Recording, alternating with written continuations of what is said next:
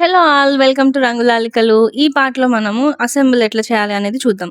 మనం ఆల్రెడీ ఇంతకుముందు వదులుకున్నాం కదా! ఈ బ్యాక్ లూప్స్ వాటిని కలుపుతూ అల్లుతామనమాట. అయితే ఇది అల్లడానికి ముందు మనము వైర్స్ గురించి మాట్లాడుకున్నాం కదా! 16 సైజ్ వైర్ అవి నేను 3 తీసుకున్నా. ఎందుకంటే స్టెమ్ గట్టిగా ఉండడం కోసం. ఆ మూడిటిని కూడా ఇప్పుడు మనం చూపిస్తున్నట్టుగా ఈ గ్రీన్ దాంట్లో పెట్టి కొంచెం వంచుకోవాలి. అప్పుడు ఫ్లవర్ మనకి చూడటానికి సన్‌ఫ్లవర్ లాగా ఇట్లా బెండ్ అయినట్టుగా మంచిగా కనిపిస్తది. సో, దాన్ని బెండర్ యూజ్ చేసి మనకు నచ్చినట్టుగా ఎంత కావాలో అంతవరకు ట్విస్ట్ చేసుకోవాలి. వాటిని ఎట్లా అతికించాలి అనేది కూడా చూద్దాము. ముందైతే వాటిని ట్విస్ట్ చేశాక ఇట్లా మళ్ళీ వెనకకి ఇట్లా ఊడిపోకుండా వాటిని మళ్ళీ సెపరేట్‌గా ట్విస్ట్ చేసుకోవాలనమాట. ఈచ్ 3 ఉన్నాయి గదా! మూడిటిని ఒక్కొక్కటి బెండ్ జేసుకోవాలి.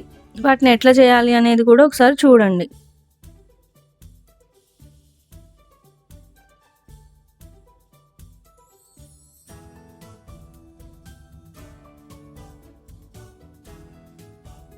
వీటిని ఇట్లా బెండ్ చేశాక అవి అటు ఇటు జరగకుండా ఉండడం కోసము మనము గ్లూ గన్‌తోని అతికించాలి.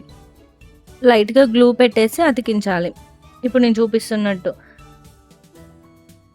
నెక్స్ట్ ఏం చేయాలి అంటే నీడిల్ తీసుకోవాలి. నీడిల్ తీసుకొని గ్రీన్ కలర్ యాన్ యూజ్ చేసి ఇంకా ఈ ఫ్లవర్‌ని ప్లస్ ఆ గ్రీన్ పార్ట్‌ని కలిపి కుట్టడం స్టార్ట్ చేయాలి. దాన్ని ఎట్లా కుట్టాలి, దాన్ని ఎట్లా కుట్టుకుంటూ రావాలి అనేది చూడండి.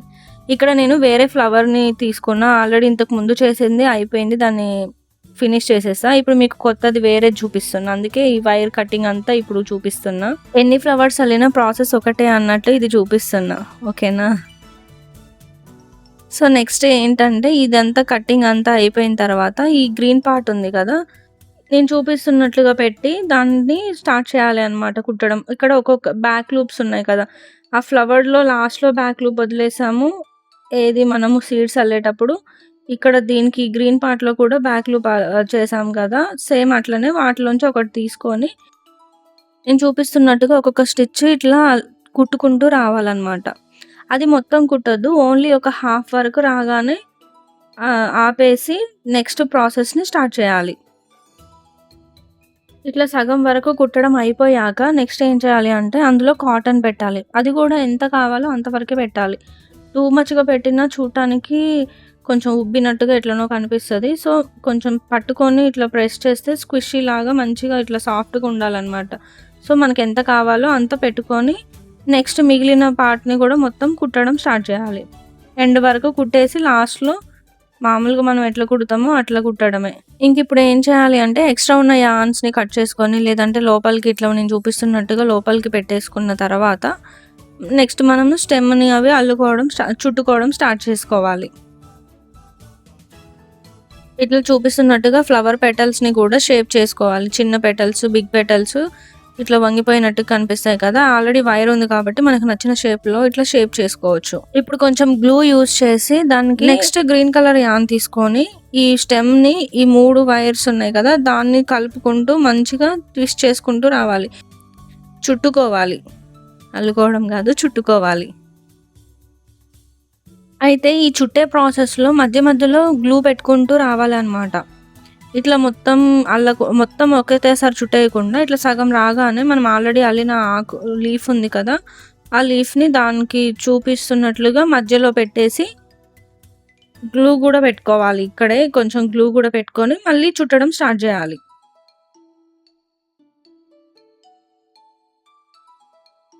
ఈ విధంగా వైర్ ఎండ్ అయ్యే వరకు కూడా మనము నీట్‌గా చుట్టుకుంటూ రావాలి. నేను ఫాస్ట్‌గా చూపిస్తున్నా కానీ కొంచెం స్లోగా చేసుకుంటూ ఉంటే నీట్‌గా చిన్నగా చేసుకుంటూ రావాలి.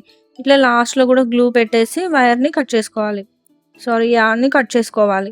నెక్స్ట్ ఇట్లా ఫ్లవర్‌ని కూడా షేప్ చేసుకుంటూ ఉండాలి. లాస్ట్‌లో ఇక్కడ ఏంటంటే నేను చూపిస్తున్నట్టుగా ఈ గ్రీన్ దానికి పెటల్స్‌కి మధ్యలో గ్యాప్ ఉంది గదా! మనము వైర్ అవన్నీ ఉన్నాయి. ఆ గ్యాప్‌ని మనం ఏం చేయాలి అంటే గ్లూ పెట్టి దాన్ని ఫిల్ చేసేసుకోవాలి. అంటే అతికిచ్చేసుకుంటే అది చూడటానికి ఇట్లా నీట్‌గా కనిపిస్తది. నేను చెప్పేది ఇది మీకు అర్థమవుతుందా లేదా అనేది నాకు కామెంట్స్‌లో చెప్పండి. అండ్ ఇప్పటి వరకు మీరు చేసిన ఫ్లవర్స్‌ని కూడా నాకొకసారి షేర్ చేసి చూపిచ్చండి.